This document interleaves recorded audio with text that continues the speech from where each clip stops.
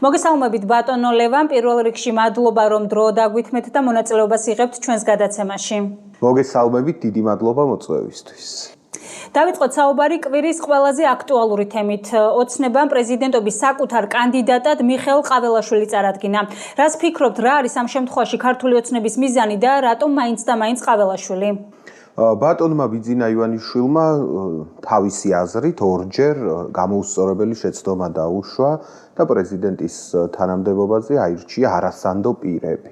ანუ შედარებით უფრო განათლებული ადამიანები, რომელთაც თავისუფალი ნება აქვთ, თავიანთი შეხედულებები აქვთ, შეიძლება გადადგან ნაბიჯები ბიძინა ივანიშვილის დაუკითხავად, ხო? აი ამას მიიჩნევს იგი შეცდომად.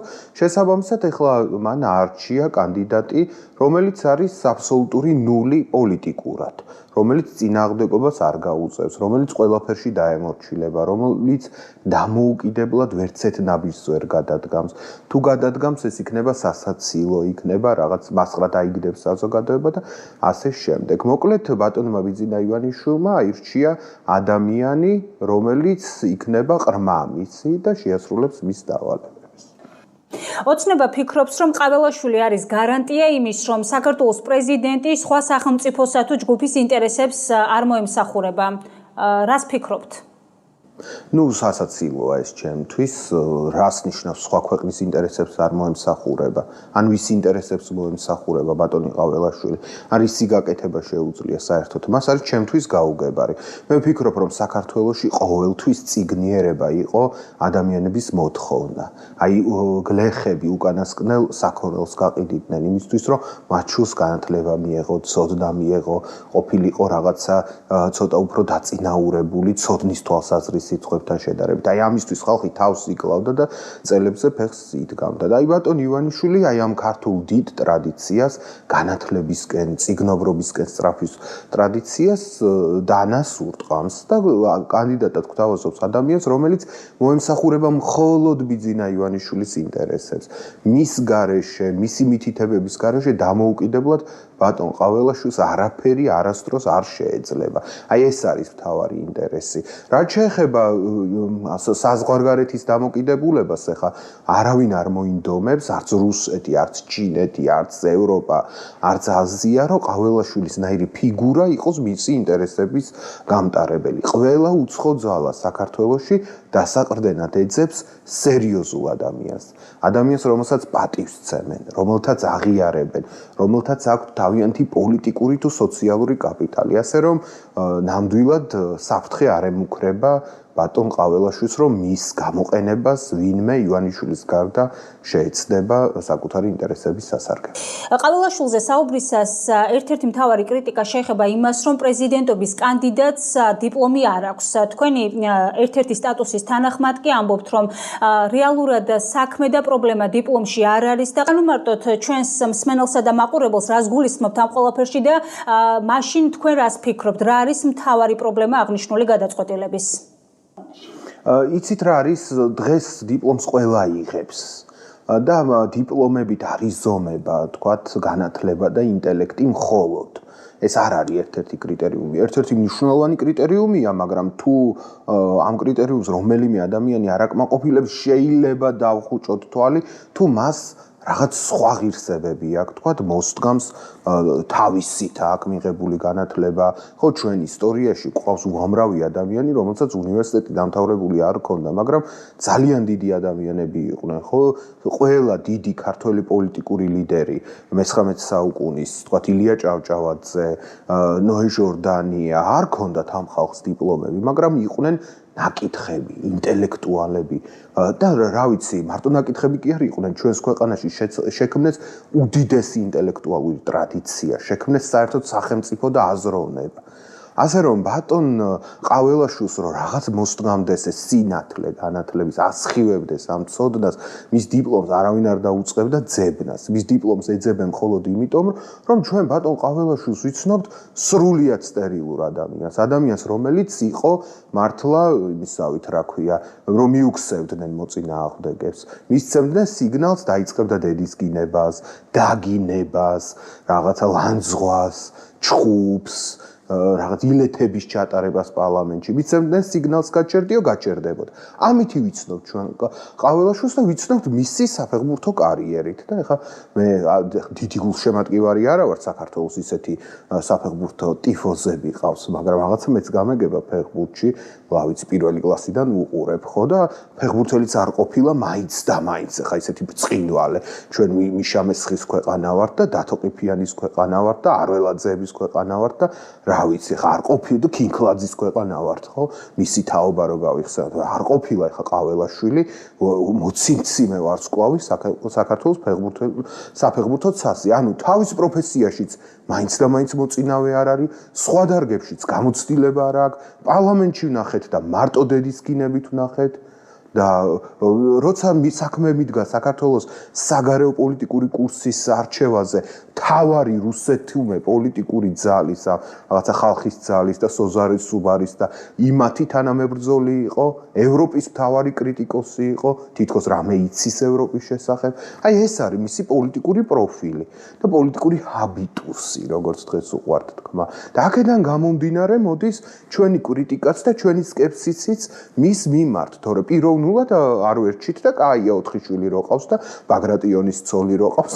ასე შემდეგ ეს ასია მომდვა მაგრამ ეს არ არის პოლიტიკური საზომები მაგრამ ყველაზე ამაზრძენი ამ ფაქტში არის ის რომ აი ბატონი ვიძინა ივანიშვილი დაგცინის გვამასხარავებს გვამცირებს გვეუბნება რომ მე იმდენად დაგიმორჩილეთ თქვენ იმდენად დაგიმონეთ იმდენად გაგიგდეთ ფეხქვეშ რომ რასაც მინდა იმას გიზამთ მოვიყვან ადამიანს რომელსაც არც განათლება აქვს არც ცოდნა აქვს არც ავტორიტეტი აქვს და თქვენ სიმბოლოდ ვაქცევ თქვენ სახეთ ვაქცევ და თქვენ წინააღმდეგობასაც ვერ გამიწევთ და რასაც მინდა იმას გავაკეთებ აი ზინა ივანიშვილის გზავნილი ესეთია მე რასაც მინდა გავაკეთებ ბუბლიქს ნოლს შემოგთავაზებთ თქვენ სიმბოლოდ და თქვენ წინააღმდეგობასაც ვერ გამიწევთ აი ეს არის ყველაზე დამრთგუნველი და ამაზრზენი მგონი ამ ფაქტში კი ბატონო, შევეხოთ მიმდინარე პოლიტიკურ პროცესებს. პარლამენტი უკვე შეიკრიბა, სამთავრობო შემადგენლობა და პროგრამა დაამტკიცა. პარალელურად ოპოზიცია სიების ჩახსნაზე საკანონმდებლო ორგანოს ოფიციალურად მიმართავს და ისინი როგორც თავად ამბობენ, შესვლას არ აპირებენ. რას ფიქრობთ რეალურად რა ხდება დღეს ჩვენს ქვეყანაში და ზოგადად მიმდინარე პოლიტიკურ პროცესებს როგორ შეაფასებდით? მე არ მაინტერესებს ვინ რომელიც სიის ჩახსნაზე რა განცხადება შეიტანა ცენტრალურ საარჩევნო კომისიაში. მე მაინტერესებს თუ რა პოლიტიკური მიზნები აქვს დღეს საქართველოში ოპოზიციას. მე ვფიქრობ რომ ამ ეტაპზე საქართველოში ოპოზიციას უნდა კონდეს ორი პოლიტიკური მიზანი. პირველი პოლიტიკური მიზანი, რომელიც ალბათ ახალ წლამდე უნდა შესრულდეს, გახლავთ ის, რომ არ მიიღოს არანაირი ლეგიტიმაცია და საერთაშორისო მილოცვა და აღიარება საქართველოს პარლამენტმა, საქართველოს მთავრობამ და საქართველოს პრეზიდენტმა. აი ამ სამი სტრუქტურის დელეგიტიმაცია საერთაშორისო ასპარეზზე უნდა იყოს დღეს ქართული ოპოზიციის მთავარი ამოცანა და არა იქ რაღაც ციების წერა და ჭყირკედელაობა და მართლწერები და ასე შემდეგ ეს ერთი და თუ ჩვენ მივახციეთ იმას რომ არანაირი აღიარება დასავლურ სამყაროში არც პრეზიდენტს არც პარლამენტს არც მთავრობას არ ექნება ამის შემდეგ უკვე შესაძლებელია მუშაობის დაწყება უკვე ეკონომიკურ სანქციებზე საქართველოს ხელისუფლების წინააღმდეგ და ეს იქნება ბრძოლის მეორე ეტაპი. ჩემი აზრით აი ამაზე უნდა კონცენტრირდნენ ოპოზიციის წარმომადგენლები, მაგრამ ახლა ნიკა გვარამიები და რაღაცა ხოშტარიები და ესეთი დაბალი დონის ზედაპირული პოლიტიკური ლიდერები, რომლებიც მხოლოდ საკუთარ თავზე ფიქრობენ, საკუთარ კაპიტალზე ფიქრობენ, გონი ამ მიმართულებით მაინც და მაინც წარმატებულად ვერ იმუშავებენ.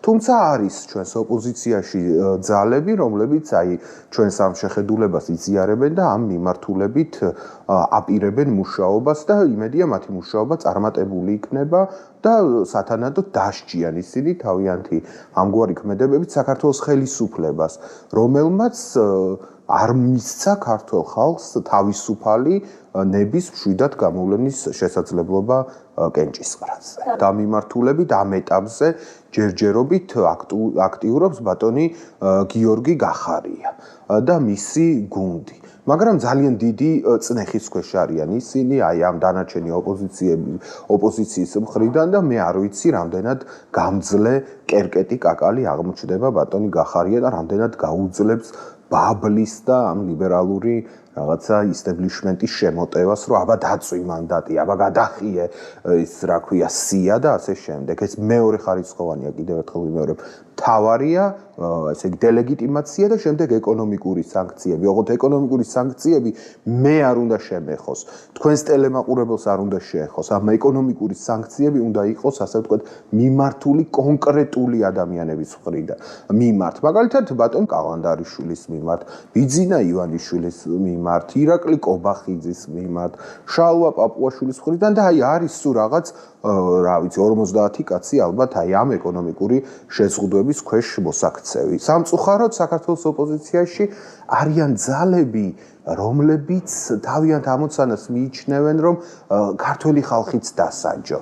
მათ მიაჩნიათ, რომ ქართველი ხალხი არის ბნელი, გაიყიდა, რა თქმა უნდა, ესეთი ნაწილიც არის, ვინც გაიყიდა, დახურავდა და ეს საშინელება, მაგრამ ამისი ესე განზოგადება მასობრივად არ შეიძლება და ეს ოპოზიციის ნაწილი ამბობს, რომ მოდი ვიზა ლიბერალიზაცია გავაუქმოთ საქართველოსთან, რომ ეს ხალხი გამწარდეს და იწვნიოს თავისი გადაწყვეტილების სუსხიო. ამ ხალხს დასჯა არ აკლია, დასჯა ჭირდება ივანიშვილს და მის გუნდს და მისი, ასე ვთქვათ, რეჟიმის მსახურებს. ბატონო ლევან, რომ გავაგრძელოთ ოპოზიციის თემა, გარკვეულწილად მოქალაქეები, ახალგაზრდები, სტუდენტები, მომიტინგეები ოპოზიციისგან მეტ აქტიურობას ელოდებიან. მათი მისამართით ხშირად ისმის კრიტიკა ამ ბოლოს დროს და არსებობს ეჭვი და ვარაუდი, რომ ოპოზიციას რეალურად სამოქმედო გეგმა არ გააჩნია. აი, როგორ ფიქრობთ, რას ელოდება ხალხი ზოგადად რეალურად ოპოზიციისგან და რას ელოდება თავად ოპოზიცია? მე არ მქონდა არასოდეს რაიმე განსაკუთრებული მოლოდინი ჩვენი ოპოზიციისგან. საერთოდ ქართული ოცნება რო არის გამარჯვებული, ეს არის დამსახურება ჩვენი ოპოზიციისა. აი მაგალითად ავიღოთ ბატონი ხაზარაძე. ბატონ ხაზარაძეს ფულიც ჰქონდა, თითო კომისიაში 2 წევრი ეკუთვნოდა, ცენტრალურ საარჩევნო კომისიაშიც წევრი ყავდა, საოლქოშიც შეეძლო დამკვირვებლები გაეგზავნა. ანუ ყველანაირი რესურსი ჰქონდა იმისთვის, რომ რაღაც თუნდაც მცირედი წინააღმდეგობა გაეწია ქართული ოცნებისთვის საარჩევნო უბანზე, საარჩევნო კომისიაში, საარჩევნო უბანთან, თითოეულ ოლქში ცალკე. მაგრამ ამ ხალხმა გულზე ხელი დაიკრიფა და ეგონათ, რომ რაღაც Instagram პოსტზე რამდენიმე ლაიქით, რაღაც სტორებით გადაატრიალებდნენ ამ ქვეყანას და გაიყვანდნენ ქვეყანას სამშვიდობოს, ხო? არ გამოვიდა ესე, იქ გვარამიას ეგონა, რომ თავისი ტელევიზიით და თავისი ტელევიზიის მუშაობის ლოგიკით მოიტანდა ცვლილებებს, ხო? და მათი ლოგიკა როგორია? ვალაპარაკოთ მარტო ჩვენიანები. ხმა არ ამოვიღოთ, ამოვაღებინოთ არავის, ვინც განსხვავებულად ფიქრობს, ხო? ეს სტრატეგიები არ მუშაობს. ასე რომ მე საქართველოს მოსახლეობას მოუწოდებდი, თქვენ სმენელს ვეტყოდი, რომ ნურავის იმედი ნუ გაქვთ, რომ ისინი თავისით რაღაცას გააკეთებენ. თავარია თქვენი ზეწოლა და ჩვენი ზეწოლა უნდა იყოს მიმართული იმ მიმართულებით, რომ როგორმე ეს არაღიარებას მივახციოთ ჩვენ ამ ხელისუფლების ყველა შტოსი და შემდეგ გადავიდეთ ეკონომიკური იზოლაციის ეტაპზე. ამის გარდა სხვა გზა, სხვა ხსნა ამ ეტაპზე არ არსებობს და არანაირი რაღაცა მომენტუმები, როგორც ოპოზიციის წარმომადგენლები ამბობენ, ძველი თავანკარა ქართულით, არანაირი მომენტუმები არ არსებობს. ანუ მომენტუმში რაც გულისხმობენ, რომ აი შევარდებით პარლამენტში. ჩავშლით პირველი პარლამენტის სხდომას, ჩავშლით პრეზიდენტის ინაუგურაციას და ეს გადაგვარჩენს, ხო? ესეთი წამიერი მოვლენები ჩვენ ვერ გადაგვარჩენს. ეხლა ამ ეტაპზე დროა რომ დავიკაპიცოთ ხელები და ხანგრძლივ წინააღმდეგობაში ჩავერთოთ, თორემ თუ ვიქნებით ორიენტირებული ესეთ გაელვებებზე, ეს გაელვებები კარგს ვერაფერს ვერ მოგვიტანს და კიდევ უფრო მეტად გააძლიერებს ქართულ ოცნებას და იმ ავტორიტარიზმს, რომელიც ნელ-ნელა ფესვებს იდგამს ჩვენ საზოგადოებაში. საინტერესოა, რას გულისხმობთ ხანგრძლივ წინააღმდეგობაში? ხანგრძლივ წინააღმდეგობას აქვს სხვადასხვა ფორმები.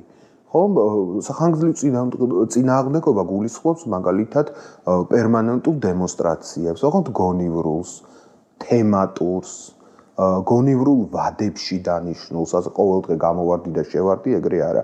თან ორგანიზებულს, მიტინგს უნდა ყავდეს, მე თავად ყოფილვარ ორგანიზატორი არც თუ ისე პატარა მიტინგების და ვიცი ეს რამხელა ტვირთია და ეს მიშვება რომ ხალხს დაუზახო გამოდი და მე შენ აორთქლდე ეგრე არ გამოდის და მღვდელი გაპონივით ასე თქვათ მიტინგების მართვას მივყავართ უბედურებამდე ეს ერთი მეორე საერთაშორისო ასპარეზზე ისინი მხოლოდ არ უნდა კონტაქტობდნენ თავიანთ მეგობრებთან რაღაც რასა იონუშკავიჩე და რაღაც ვიოლა ფონ კრამონი და ეგეთი ხალხი რო არის საჭირო უფრო მაღალ ეშელონებზე გასვლა ევროპარლამენტს გაცდენა ევროკომისიასთან კონსულტაცია ეროვნულ პარლამენტებთან კავშირი ბუნდესტაგთან საფრანგეთის ეროვნულ ასამბლეასთან და იქ ამ საკითხების დაყენება ხანგრძლივი ბრძოლა გულისხმობს იმას რომ კონკრეტული ინიციატივები ქონდეს ოპოზიციას აი თქვათ ამ არჩევნებზე იყო ძალიან დიდი პრობლემა ამომრჩევლის მოსყიდვა რა საკანონმდებლო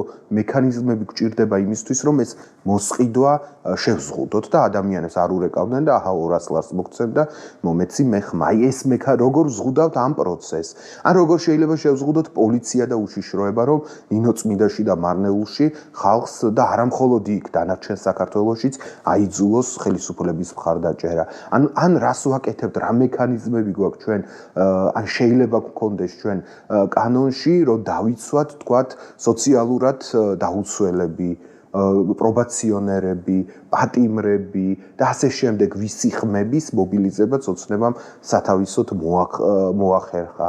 ან რაცულებები უნდა შევიტანოთ კანონმდებლობაში, რომ ჩვენ გქონდეს ინდივიდუალურად მოქალაქეებს არჩევნების მერე იმის ნახვის უფლება თუ სად და როგორ მივეცით ხმა. ანუ უამრავი მექანიზმი არის მოსაფიქრებელი, ჯერ გამოსაკვლევი, მერე მოსაფიქრებელი, მერე ცხოვრებაში გასატარებელი იმისთვის, რომ ოდესღაც არჩევნები ამ ქვეყანაში იყოს, ასე ვთქვათ, ინსტიტუციონალიზებული და არჩევნებს აზრი ჰქონდეს.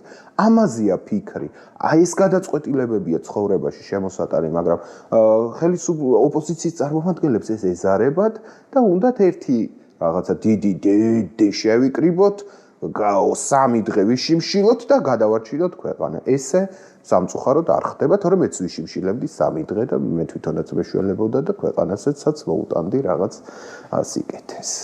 ძალიან დიდი მადლობა საინტერესო საუბრისთვის. წარმატებებს გისურვებთ. დიდი მადლობა.